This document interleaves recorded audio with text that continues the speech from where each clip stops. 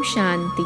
आज 31 जुलाई 2022 के अव्यक्त बाप दादा के महावाक्य हैं। रिवाइज तारीख है 31 दिसंबर 1991। मुरली का सार है, यथार्थ चार्ट का अर्थ है प्रगति और परिवर्तन। यथार्थ चार्ट का अर्थ है प्रगति और परिवर्तन। आज बाप दादा अपने विश्व नव निर्माता बच्चों को देख रहे हैं। आज के दिन नई वर्ष के आरंभ को दुनिया में चारों ओर मनाते हैं, लेकिन वो मनाते हैं नया वर्ष। और आप ब्राह्मण आत्माएं नए संगम युग में हर दिन को नया समझ मनाते रहते हो। वो एक दिन मनाते हैं और आप हर दिन को नया अनुभव करते हो। वो हद के वर्ष का चक्र है और ये बेहद सृष्टि चक्र का नया संगम युग है। संगम युग सारे युगों में सर्व प्रकार की नवीनता लाने का युग है। आप सभी अनुभव करते हो कि संगम युगी ब्राह्मण जीवन नया जीवन है। नई नॉलेज द्वारा नई वृत्ति, नई दृष्टि और नई सृष्टि में आ गए हो। दिन रात हर समय हर सेकेंड नया लगता है। संबंध भी कितने नए बन गए। पुराने संबंध और ब्राह्मण संबंध में कितना अंतर है। पुराने संबंधों की लिस्ट स्मृति में लाओ, कितनी लंबी है। लेकिन संगम युगी नए युग के नए संबंध कितने हैं। लंबी लिस्ट है क्या। बाप दादा और भाई बहन और कितने निस्वार्थ प्यार के संबंध हैं। वह है अनेक स्वार्थ के संबंध। तो नया युग छोटा सा नया ब्राह्मण संसार ही अति प्यारा है। दुनिया वाले एक दिन एक दो को मुबारक देते हैं और आप क्या करते हो। बाप दादा क्या करते हैं। हर सेकेंड हर समय हर आत्मा के प्रति शुभ भावना शुभ कामना की मुबारक देते हैं। जब भी किसी को किसी भी उत्सव के दिन की मुबारक देते हैं तो क्या कहते हैं। खुश रहो, सुखी रहो, शक्तिशाली रहो, तंदुरुस्त रहो। तो आप हर समय क्या सेवा करते हो। आत्माओं को नई जीवन देते हो। आप सबको भी बाप दादा ने नई जीवन दी है ना। और इस नई जीवन में यह सभी मुबारकें सदा के लिए मिल ही जाती हैं। आप जैसे खुश नसीब खुशी के खजानों से संपन्न सदा सुखी और कोई हो सकता है। इस नवीनता की विशेषता आपके देवताई जीवन में भी नहीं है। तो हर समय स्वतः ही बाप दादा द्वारा मुबारक बधाइयाँ व ग्रीटिंग्स मिलती ही रहती हैं। दुनिया वाले नाचेंगे, गाएंगे और कुछ खाएंगे, और आप क्या करते हो। हर सेकेंड नाचते और गाते रहते हो और हर रोज़ ब्रह्मा भोजन खाते रहते हो। लोग तो खास पार्टीज अरेंज करते हैं और आपकी सदा ही संगठन की पार्टीज होती रहती हैं। पार्टीज में मिलना होता है ना। आप ब्राह्मणों की अमृत वेले से पार्टी शुरू हो जाती हैं। पहले बाप दादा से मनाते हो, एक में अनेक संबंध और स्वरूपों से मनाते हो। फिर आपस में ब्राह्मण जब क्लास करते हो तो संगठन में मिलन मनाते हो ना। और मुरली सुनते सुनते नाचते हो, गाते हो और हर समय उत्साह भरे जीवन में उड़ते रहते हो। ब्राह्मण जीवन का श्वास ही है उत्साह। अगर उत्साह कम होता है तो ब्राह्मण जीवन के जीने का मज़ा नहीं होता है। जैसे शरीर में भी श्वास की गति यथार्थ चलती है तो अच्छी तंदुरुस्ती मानी जाती है। अगर कभी बहुत तेज गति से चले, कभी स्लो हो जाए तो तंदुरुस्ती नहीं मानी जाएगी ना। ब्राह्मण जीवन अर्थात उत्साह, निराशा नहीं। जब सर्व आशाएं पूर्ण करने वाले बाप के बन गए तो निराशा कहाँ से आई? आपका ऑक्यूपेशन ही है निराशावादी को आशावादी बनाना। यही सेवा है ना? यह तो दुनिया के हद के चक्कर अनुसार आप भी दिन को महत्व दे रहे हो, लेकिन वास्तव में आप सब ब्राह्मण आत्माओं का संगम युग ही नवीनता का युग है। नई दुनिया भी इस समय बनाते हो। नई दुनिया का ज्ञान इस समय ही आप आत्माओं को है। वहाँ नई दुनिया में नई पुराने का नॉलेज नहीं होगा। नए युग में नई दुनिया स्थापन कर रहे हो। सभी ने तपस्या वर्ष में तपस्या द्वारा अपने में अलौकिक नवीनता लाई है, या वही पुरानी चाल है? पुरानी चाल कौन सी है? योग अच्छा है, अनुभव भी अच्छे होते हैं, आगे भी बढ़ रहे हैं, धारणा में भी बहुत फर्क है, अटेंशन भी बहुत अच्छा है, सेवा में भी वृद्धि अच्छी है। लेकिन का पूछ लग जाता है। कभी कभी ऐसा हो जाता है।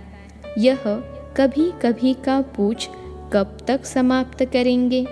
तपस्या वर्ष में यही नवीनता लाओ। पुरुषार्थ व सेवा के सफलता की संतुष्टता की परसेंटेज कभी बहुत ऊंची कभी नीची, इसमें सदा श्रेष्ठ परसेंटेज की नवीनता लाओ। जैसे आजकल के डॉक्टर्स ज़्यादा क्या चेक करते हैं? सबसे ज़्यादा आजकल ब्लड प्रेशर बहुत चेक करते हैं। अगर ब्लड का प्रेशर कभी बहुत ऊंचा हो, कभी नीचा चला जाए तो क्या होगा? तो बाप दादा पुरुषार्थ का प्रेशर देखते हैं, बहुत अच्छा जाता है, लेकिन कभी कभी जंप मारता है। यह कभी कभी का शब्द समाप्त करो। अभी तो सभी इनाम लेने की तैयारी कर रहे हो ना। इस सारी सभा में ऐसे कौन हैं जो समझते हैं कि हम इनाम के पात्र बने हैं? कभी कभी वाले इनाम लेंगे। इनाम लेने के पहले यह विशेषता देखो कि इन 6 मास के अंदर 3 प्रकार की संतुष्टता प्राप्त की है। पहला, स्वयं अपना साक्षी बन चेक करो। स्व की चार्ट से स्वयं सच्चे मन सच्चे दिल से संतुष्ट है। दूसरा, जिस विधि पूर्वक बाप दादा याद के परसेंटेज को चाहते हैं, उस विधि पूर्वक मन वचन कर्म और संपर्क में संपूर्ण चार्ट रहा, अर्थात बाप भी संतुष्ट हो। तीसरा, ब्राह्मण परिवार हमारे श्रेष्ठ योगी जीवन से संतुष्ट रहा, तो तीनों प्रकार की संतुष्टता अनुभव करना, अर्थात प्राइज के योग्य बनना। विधि पूर्वक आज्ञाकारी बन चार्ट रखने की आज्ञा पालन की, तो ऐसे आज्ञाकारी को भी मार्क्स मिलती हैं, लेकिन संपूर्ण पास मार्क्स उनको मिलती हैं जो आज्ञाकारी बन चार्ट रखने के साथ साथ पुरुषार्थ की विधि और वृद्धि की भी मार्क्स ले। जिन्होंने इस नियम का पालन किया है, जो एक्यूरेट रीति से चार्ट लिखा है, वह भी बाप दादा द्वारा ब्राह्मण परिवार द्वारा बधाइयाँ लेने के पात्र हैं, लेकिन इनाम लेने योग्य सर्व के संतुष्टता की बधाइयाँ लेने वाला पात्र है। यथार्थ तपस्या की निशानी है कर्म, संबंध और संस्कार, तीनों में नवीनता की विशेषता स्वयं भी अनुभव हो और औरों को भी अनुभव हो। यथार्थ चार्ट का अर्थ है हर सब्जेक्ट में प्रगति अनुभव हो, परिवर्तन अनुभव हो। परिस्थितियाँ व्यक्ति द्वारा या प्रकृति द्वारा या माया द्वारा आना, यह ब्राह्मण जीवन में आना ही है, लेकिन स्वस्थिति की शक्ति ने परिस्थिति के प्रभाव को ऐसे ही समाप्त किया जैसे एक मनोरंजन की सीन सामने आई और गई। संकल्प में परिस्थिति के हलचल की अनुभूति न हो, याद की यात्रा सहज भी हो और शक्तिशाली भी हो। पावरफुल याद एक समय पर डबल अनुभव कराती है। एक तरफ याद अग्नि बन भस्म करने का काम करती है, परिवर्तन करने का काम करती है, और दूसरी तरफ खुशी और हल्केपन का अनुभव कराती है। ऐसे विधि पूर्वक शक्तिशाली याद को ही यथार्थ याद कहा जाता है। फिर भी बाप दादा बच्चों के उमंग और लगन को देख खुश होते हैं। मेजॉरिटी को लक्ष्य अच्छा स्मृति में रहा है, स्मृति में अच्छे नंबर लिए हैं। स्मृति के साथ समर्थी उसमें नंबरवार हैं। स्मृति और समर्थी दोनों साथ साथ रहना, इसको कहेंगे नंबर 1 प्राइज के योग्य। स्मृति सदा हो और समर्थी कभी कभी व परसेंटेज में रहना, इसको नंबर वार की लिस्ट में कहेंगे। समझा? एक्यूरेट चार्ट रखने वालों के भी नामों की माला बनेगी। अभी भी बहुत नहीं तो थोड़ा समय तो रहा है। इस थोड़े समय में भी विधि पूर्वक पुरुषार्थ की वृद्धि कर अपने मन, बुद्धि, कर्म और संबंध को सदा अचल अड़ोल बनाया तो इस थोड़े समय के अचल अड़ोल स्थिति का पुरुषार्थ आगे चलकर बहुत काम में आएगा और सफलता की खुशी स्वयं भी अनुभव करेंगे और औरों द्वारा भी संतुष्टता की दुआएं प्राप्त करते रहेंगे। इसलिए ऐसे नहीं समझना कि समय बीत गया, लेकिन अभी भी वर्तमान और भविष्य श्रेष्ठ बना सकते हो। अभी भी विशेष स्मृति मास एक्स्ट्रा वरदान प्राप्त करने का मास है। जैसे तपस्या वर्ष का चांस मिला, ऐसे स्मृति मास का विशेष चांस है। इस मास के 30 दिन भी अगर सहज स्वतः शक्तिशाली विजयी आत्मा का अनुभव किया तो यह भी सदा के लिए नेचुरल संस्कार बनाने की गिफ्ट प्राप्त कर सकते हो। कुछ भी आवे, कुछ भी हो जाए, परिस्थिति रूपी बड़े ते बड़ा पहाड़ भी आ जाए, संस्कार टक्कर खाने के बादल भी आ जाए, प्रकृति भी पेपर ले, लेकिन अंगद समान मन बुद्धि रूपी पाव को हिलाना नहीं, अचल रहना। बीती में अगर कोई हलचल भी हुई हो, उसको संकल्प में भी स्मृति में नहीं लाना, फुल स्टॉप लगाना। वर्तमान को बाप समान श्रेष्ठ सहज बनाना और भविष्य को सदा सफलता के अधिकार से देखना। इस विधि से सिद्धि को प्राप्त करना कल से नहीं, अभी से करना। स्मृति मास के थोड़े समय को बहुत काल का संस्कार बनाओ। यह विशेष वरदान विधि पूर्वक प्राप्त करना। वरदान का अर्थ यह नहीं कि अलबेले बनो, अलबेला नहीं बनना, लेकिन सहज पुरुषार्थी बनना। अच्छा, कुमारियों का संगठन बैठा है, आगे बैठने का चांस क्यों मिला है? सदा आगे रहना है, इसलिए यह आगे बैठने का चांस मिला है। समझा? पका हुआ फल बन के निकलना, कच्चा नहीं गिर जाना। सभी पढ़ाई पूरी कर सेंटर पर जाएगी या घर में जाएगी? अगर माँ बाप कहें आओ तो क्या करेगी? अगर अपनी हिम्मत है तो कोई किसको रोक नहीं सकता है। थोड़ा थोड़ा आकर्षण होगा तो रोकने वाले रोकेंगे। नव वर्ष मनाने के लिए सभी भागकर आ गए। नया वर्ष मनाना अर्थात हर समय को नया बनाना, हर समय अपने में रूहानी नवीनता को लाना है।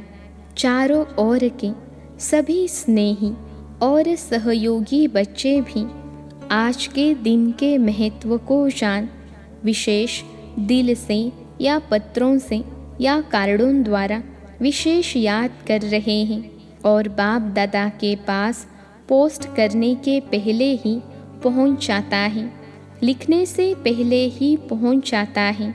संकल्प किया और पहुंच गया।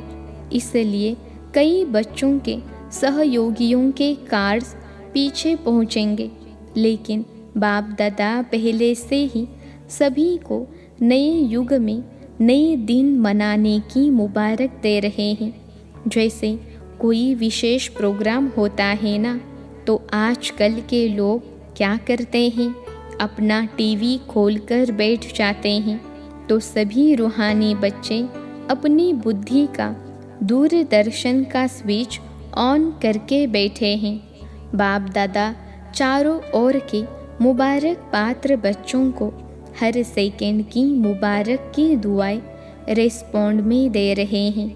हर समय की याद और प्यार, यही दुआएं बच्चों के दिल के उमंग उत्साह को बढ़ाती रहती हैं।